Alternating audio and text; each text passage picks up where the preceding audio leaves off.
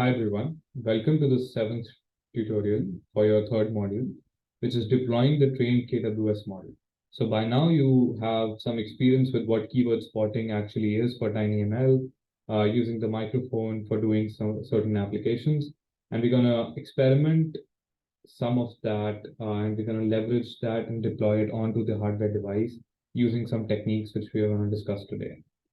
So this tutorial is based on the fact that you have already done the tutorial that we did in module 2, where we did a keyword spotting algorithm and you generated a TF-Lite file for that.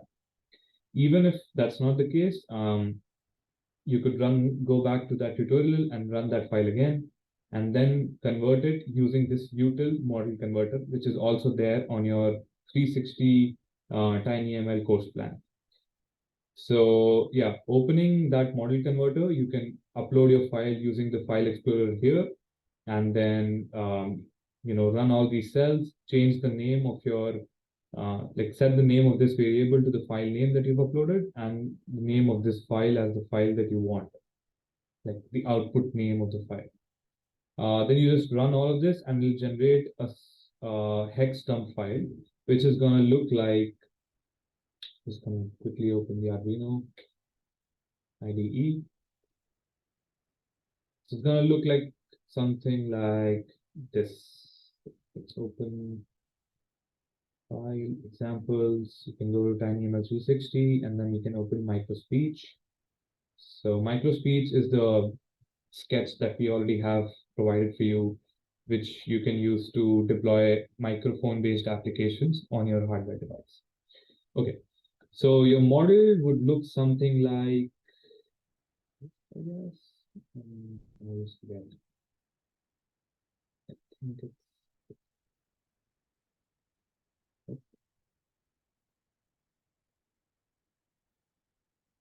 Mhm.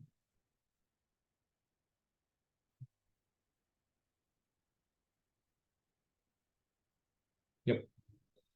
So yeah, this is the const unsigned char G model, which we already discussed, I think, in the first or the third module tutorial. So yeah, this is the file that your um, model converter is going to generate, and it's also going to generate some value which will correspond to the G model length, like the total length of this model, which if you scroll to the bottom is this thing. So my suggestion would be to, like, if you generate that file using this model converter, sorry about that, copy that file from here, like copy the entire hex down and paste it in this micro speech model here. So micro features model.cpp, uh, cut and remove this, and then just, paste that xxd file, like the cc file, which you're generating from the model converter right here. It'll also print out a model length. So without changing anything from this, like the declaration of the variable here, just change this value. So this value for you can be 20,000, 2,200, or something, anything like that. But be careful to change this as well. Okay. Moving on, we can go to the train. Yeah, so this is what you need to do to deploy a custom model. And then to deploy the yes and no model that we did in the tutorial. So after doing that, you can go ahead and with that, you can go ahead and deploy this onto your Arduino device. It's going to take some time to deploy.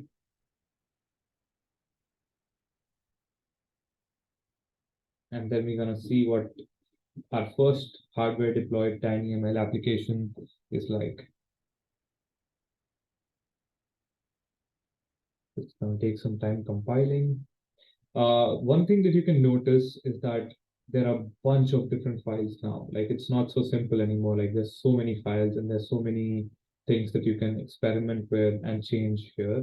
For example, this particular sketch does, like, reads in a yes or a no, and it also has the standard unknown sound recognition and the silence recognition.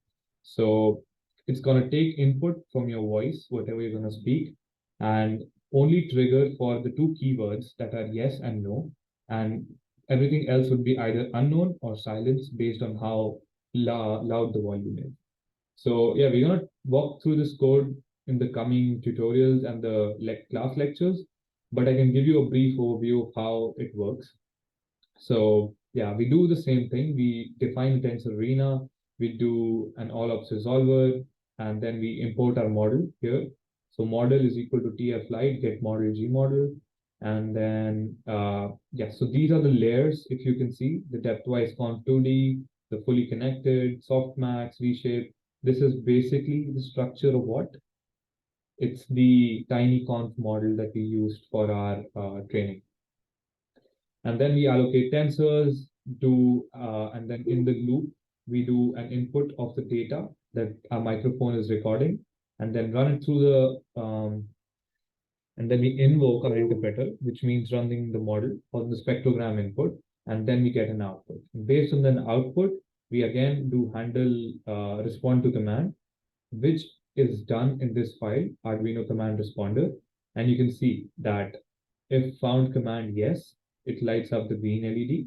If found command no, it lights up the red LED. For unknown, it's blue. And for the others, it's, I think, yellow, or it doesn't do anything at all. Yeah, it's yellow. So this is pretty much it for how it will respond. Now let's go ahead and see how it actually does work. So we're going to select the COM again. I'm going to go to serial monitor.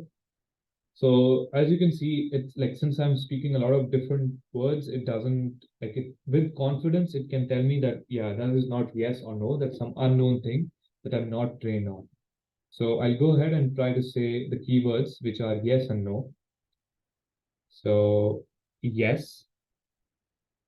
So it recognizes yes. And if you see in the LED, it shows, okay,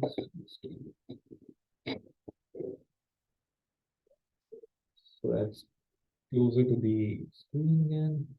And yes, as you see that there's a green LED, and on the screens also, there's yes being recorded with 205 confidence. I think the top limit is 255 or something, which is the 8-bit representation in decimal format. We can do no, and there's a red LED which is there, but I don't think so you can see it properly. But yeah, you can see there's a no, and then based on that no, there's a command and there's an actuation that is going on.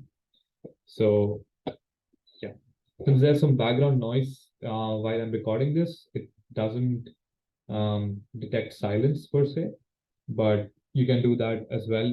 Like, so you can either take in the noise as while recording the data set for your training, which will also act like a bias, and then you can run anything on top of that. But we'll get into that in the later videos. So that's pretty much it for this tutorial. See, yep. And after deploying that, you'll have your first TinyML machine learning hardware-enabled application running. Congratulations.